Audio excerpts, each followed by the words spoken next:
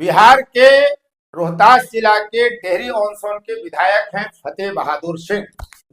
इस नाम से आप वाकिफ होंगे, कौन नहीं जानता। बिहार ही नहीं बल्कि देश में मनुस्मृति, रामचरितमानस, रामायण, महाभारत जो हिंदू धर्म ग्रंथ हैं, सनातन धर्म से संबंधित जो किताबें हैं, उनको लेकर कई बार उन्होंने ऐसी ऐसी बातें कही हैं जिसे लेकर विवाद होते रहा है और चर्चा पूरे देश में हो जाती है। फतेह बहादुर विवादों को लेकर के हमेशा चर्चा में रहते हैं। एक बार फिर उन्होंने ऐसी ही बात समझा दी लोगों को, जब बिहार के औरंगाबाद जिले के एकौनी गांव में शहीद आजम भगत सिंह, सुखदेव और राजगुरु को याद करने के लिए श्रद्धांजलि सभा का आयोजन हुआ, तो फतेह बहादुर ने मनुस्मृति की बात निकाल दी।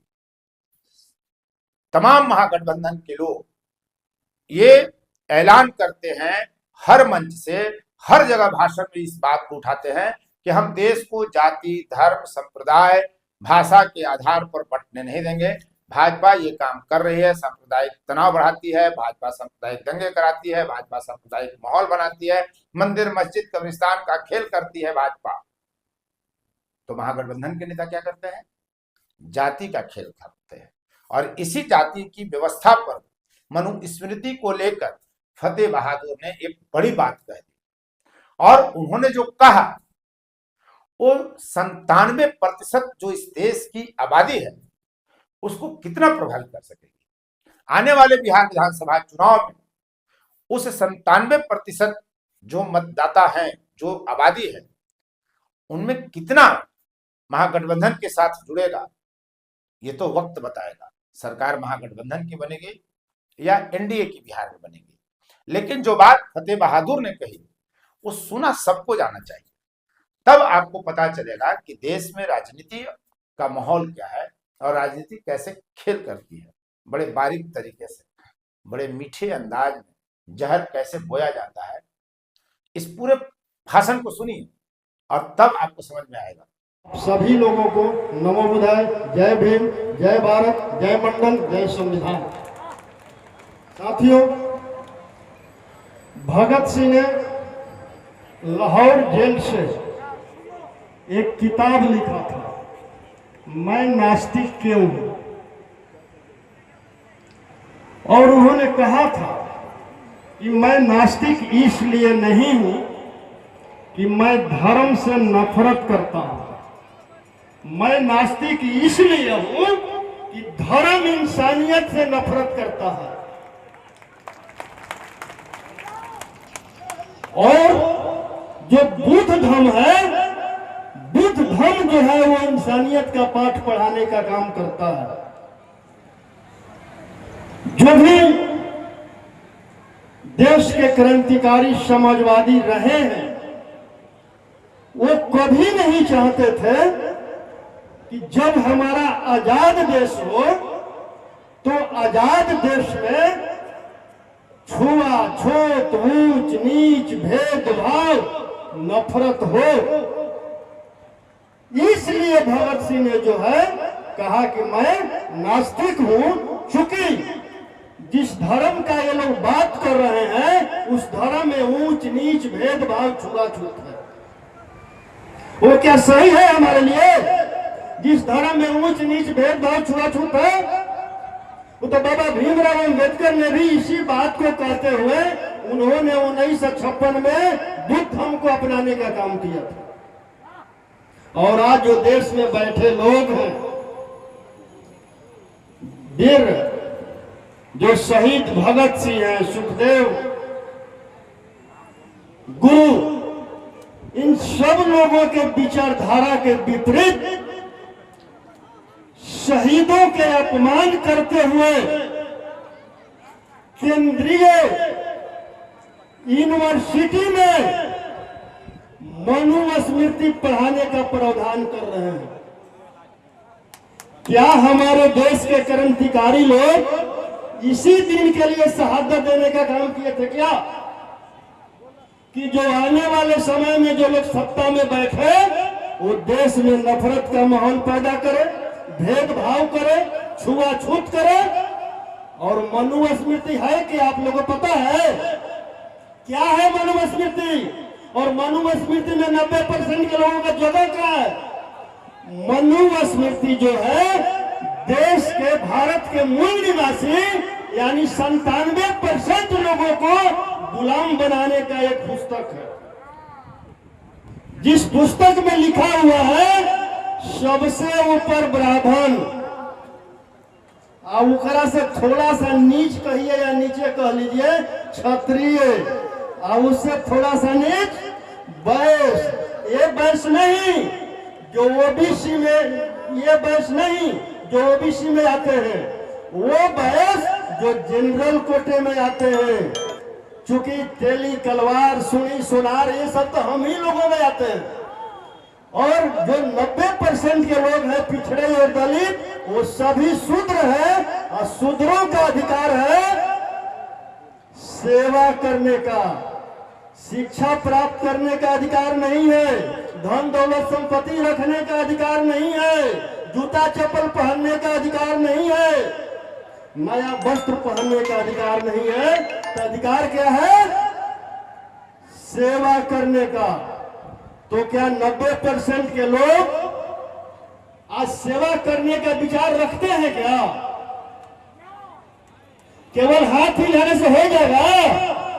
जो सत्ता में बैठा हुआ लोग है, अगर संविधान जब केंद्रीय यूनिवर्सिटी में पढ़ाने लगा तो अब तो मनुस्मृति लागू ही नहीं हो जाएगा।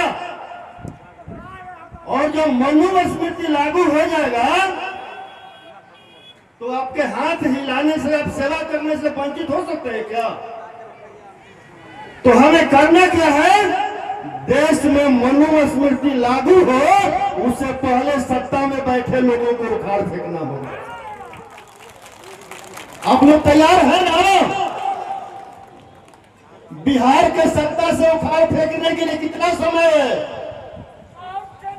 6 महीना, ज्यादा समय नहीं है। आप ये समझ लीजिए, आज जो कहते हैं कि हम सब हिंदू हैं, मुसलमान से खतरा है, हमें खतरा है मुसलमान से। अगर हम सब हिंदू हैं तो हमारे वर्तमान में जो महागठबंधन के सरकार ने जातीय सर्वे के बाद पिछड़े और दलित का आरक्षण बढ़ाकर 50% से 65% किया था, उस आरक्षण के विरोध हाई कोर्ट जाने वाला कोई मुसलमान था? कोई सिख था, कोई ईसाई था, कोई बौद्ध था? वो लोग कौन थे जो पिछड़े और दलित के बढ़े हुए आरक्षण के खिलाफ हाई कोर्ट गए? वो लोग कौन थे पता है आप लोगों? भाजपा वाले, जो एनडीए, जो जिनके गोद में नीतीश कुमार जी बैठे हुए हैं, और हमारे ही कुछ बहुजन समाज के लोग भी उनके गोद में बैठे हुए हैं, जिनके लिए काशीराम जी ने स्पष्ट शब्दों में एक किताब लिखा था, चमचा जी। आज अगर काशीराम जी होते तो कहते कि चमचा से काम नहीं चलेगा, बेलचा युग लिखने का जरूरत है। और क्या लिखे थे उसमें? हमारे ही लोग कुछ चमचे हो गए हैं जो उनके गोद में बैठकर हमारे लोगों का सौदा कर रहे हैं, और जिन लोगों को जवानी में चमचागिरी करने का लत लग जाता है, वो दाह जीवन दलाली करने का काम करते हैं। तो क्या वैसे लोगों को झांसे में आना है? हमारे जो औरंगाबाद के जो सांसद महोदय हैं, वो भी चुनाव लड़ रहे थे, तो उनके विरोध में भी हमारे बहुजन समाज के बहुत लोग घूम रहे थे, भाजपा को वोट दीजिए, भाजपा को वोट दीजिए।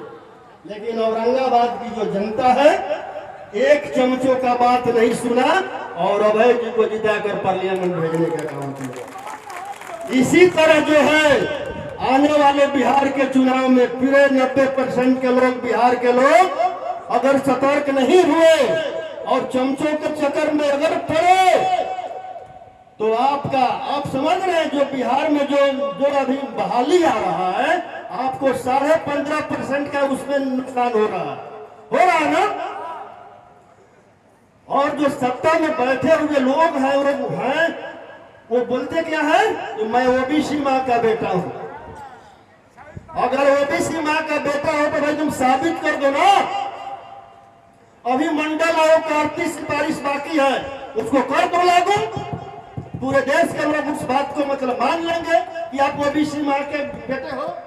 लेकिन आपने मंडल आयोग के 38 सिफारिश लागू नहीं किया, लेकिन 10% वालों के लिए ईडब्ल्यूएस लागू कर दिया। और उसका आर्थिक आय निर्धारण क्या किया? 8 लाख रुपया प्रति वर्ष कमाने वाला व्यक्ति गरीब है, और बहुजन समाज के लोग अगर 1 लाख रुपया कमा लिया तो अमीर है। आज हमारे समाज के जो बच्चे हैं, जो छात्र हैं, ईडब्ल्यूएस का जो कट ऑफ मार्क्स जा रहा है वो एससी एसटी से भी नीचे जा रहा है। आज हमारे 90% के लोगों के बच्चों का क्या स्थिति है? सारा अधिकार है भाजपा एनडीए में बैठे लोग जो है छीन रहे हैं, और हमारे भी 90% के लोग उनके गोद में जो बैठे हैं उनको समर्थन देने का काम कर रहे हैं। सरकार को उखाड़ कर इंडिया गठबंधन यानी महागठबंधन का सरकार बनाने का काम है।